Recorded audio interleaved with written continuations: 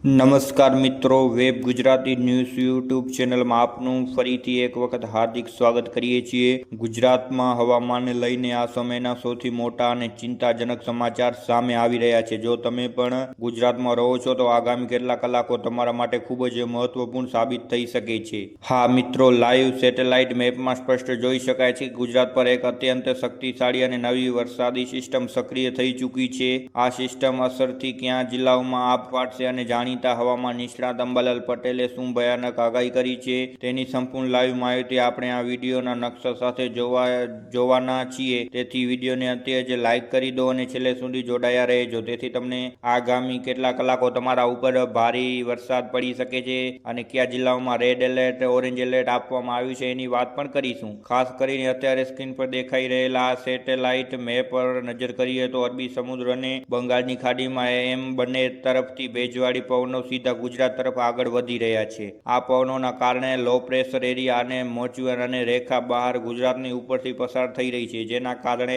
ઉત્તર ગુજરાતથી લઈને દેઠ દક્ષિણ ગુજરાત અને સૌરાષ્ટ્ર આકાશમાં કાળાબેન વાદળો જમાવડો જોવા મળી રહ્યો છે। હવામાન વિભાગના જણાવ્યા અનુસાર આ નવી સિસ્ટમ આગામી 24 થી 48 કલાક વધુ મજબૂત બનીને ગુજરાતના અનેક વિસ્તારોને ધમરોળશે। હવે વાત કરીએ કે ગુજરાતના જાણીતા હવામાન વિશ્લેષક અંબાલાલ પટેલે મોટી આગાહી વિશે। અંબાલાલ પટેલને ચોંકાવનારા દાવા કર્યા છે। ઓગસ્ટ મહિનામાં આ નવો રાઉન્ડ સામાન્ય નહીં હોય। મધ્યર નક્ષત્રાત્મક અસરોના કારણે રાજ્યની નદીઓમાં પૂર જેવી સ્થિતિઓ સર્જાઈ શકે છે। અંબાલાલ પટેલના જણાવ્યા અનુસાર મધ્ય ગુજરાત અને દક્ષિણ ગુજરાતના કેટલાક ભાગોમાં આભ ફાટશે તેવી સ્થિતિ સર્જાશે, એટલે ટૂંક સમયમાં 8 થી 10 ઇંચ જેટલો વરસાદ ખાબકી શકે છે। વળી દરિયાકાંઠાના વિસ્તારોમાં ભારે પવન ફૂંકાવાની શક્યતા હોવાથી માછીમારોને દરિયો ન ખેડવાના સંકેત આપી દેવામાં આવ્યો છે। ચાલો હવે જાણીએ લઈએ કે કયા જિલ્લાઓમાં રેડ એલર્ટ અને ઓરેન્જ એલર્ટ જાહેર કરવામાં આવ્યું છે। સૌરાષ્ટ્ર અને કચ્છની વાત કરીએ તો જામનગર, દ્વારકા, જૂનાગઢ, પોરબંદર અને ગીર સોમનાથ અતિભારે વરસાદની આશંકા વ્યક્ત કરવામાં આવી છે।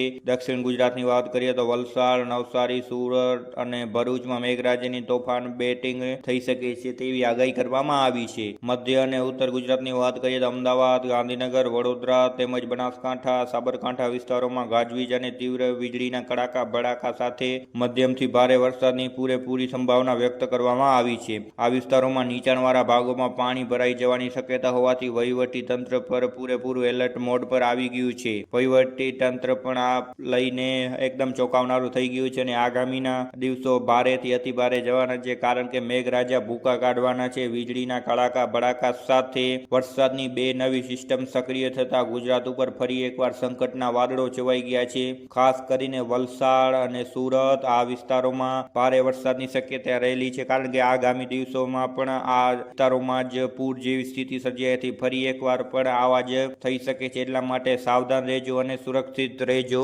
આગામીના દિવસોમાં જીવન જરૂરિયાત વસ્તુ ભેગી કરી લેજો, કારણ કે વરસાદના કારણે ફરી એકવાર આપણે બધાને બહાર નીકળવાનું નહીં મળે, એટલા માટે હમણાંથી સતર્ક થઈ જાજો, જીવન જરૂરી વસ્તુ ભેગી કરી લેજો। આગામી દિવસોમાં વરસાદ ભારે હોવાના કારણે શાળાઓ અને કોલેજોમાં પણ રજા જાહેર કરી દેવામાં આવી શકે છે તેવા સમાચાર મળી રહ્યા છે। આગામીના દિવસોમાં બધા જિલ્લાઓમાં એનડીઆરએફની ટીમો તૈનાત રહેશે, કારણ કે ભારે પવનની શક્યતા સાથે પવનનું જોર પણ હોઈ શકે છે, એટલે જાનહાનિ થઈ શકે છે। એટલા માટે બધી વ્યવસ્થા હમણાંથી જ ગોઠવી દેવામાં આવી છે, કારણ કે વરસાદનું જોર વધારે હશે। નીચાણવાળા વિસ્તારોમાં હમણાંથી જ પાણી ભરાઈ ગયા છે અને આગળ પાણી ભરાશે તો બધી મુશ્કેલીનો સામનો થઈ શકે છે। જો મિત્રો તમે પણ આમાંથી કોઈ જિલ્લામાં રહો છો તો સાવચેત રહેજો અને બિનજરૂરી બહાર નીકળવાનું ટાળજો। તમે ગુજરાતના કયા ગામ અને કયા શહેરમાંથી વિડીયો જોઈ રહ્યા છો અને તમારા પરિવારને સાવધાન અને સુરક્ષિત રાખજો અને કોમેન્ટ સાથે જણાવજો કે તમારા વિસ્તારમાં કેટલો વરસાદ નોંધાયો છે કે સમૂરો વરસાદ નથી, પ્લીઝ કોમેન્ટના માધ્યમથી જણાવજો। હવામાનની આવી જ સચોટ અને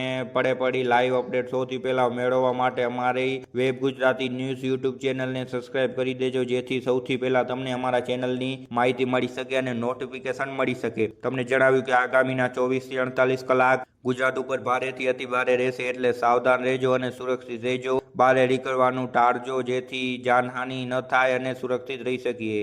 વીજળીના કડાકા ભડાકા થશે, લાઇટનો પણ ઇસ્યુ થઈ શકે, એટલા માટે મોબાઈલોમાં ચાર્જિંગ અન્ય બધી ચાર્જિંગ કરી રાખજો, જેથી આપણે જીવન જરૂરિયાત દિવસ પસાર કરી શકીએ। એટલા માટે સાવધાન રહેજો, સુરક્ષિત રહેજો। ફરીથી આવા જ વરસાદના મહત્વપૂર્ણ વિડીયોમાં મળશું। હમણાં માટે આટલું જ। વિડીયો તમારો બને એટલો શેર કરી દેશો, જેથી આગામીના દિવસોમાં કેટલી વરસાદ પડી છે અને કયા જિલ્લાઓને ધમરોળશે તેની બધાને ખબર પડે। પડી શકે અને સતર્ક રહી શકે. તમારા વોટ્સઅપ ગ્રુપોમાં અન્ય ઘણી બધી જગ્યા ઉપર શેર કરી દેજો, જેથી આ વિડીયો વધારે વાયરલ થાય અને વધારે લોકોને ખબર પડે અને વધારે લોકોને સાવચેત રહેવાના પગલાં સમજાય. આગામી દિવસોમાં સાવધાન રહેજો, સતર્ક રહેજો, તમારા પરિવારને સાવધાન રાખજો. બાળકોને બહાર ન મોકલતા, કારણ કે ક્યારે પણ પાણી આવી શકે છે.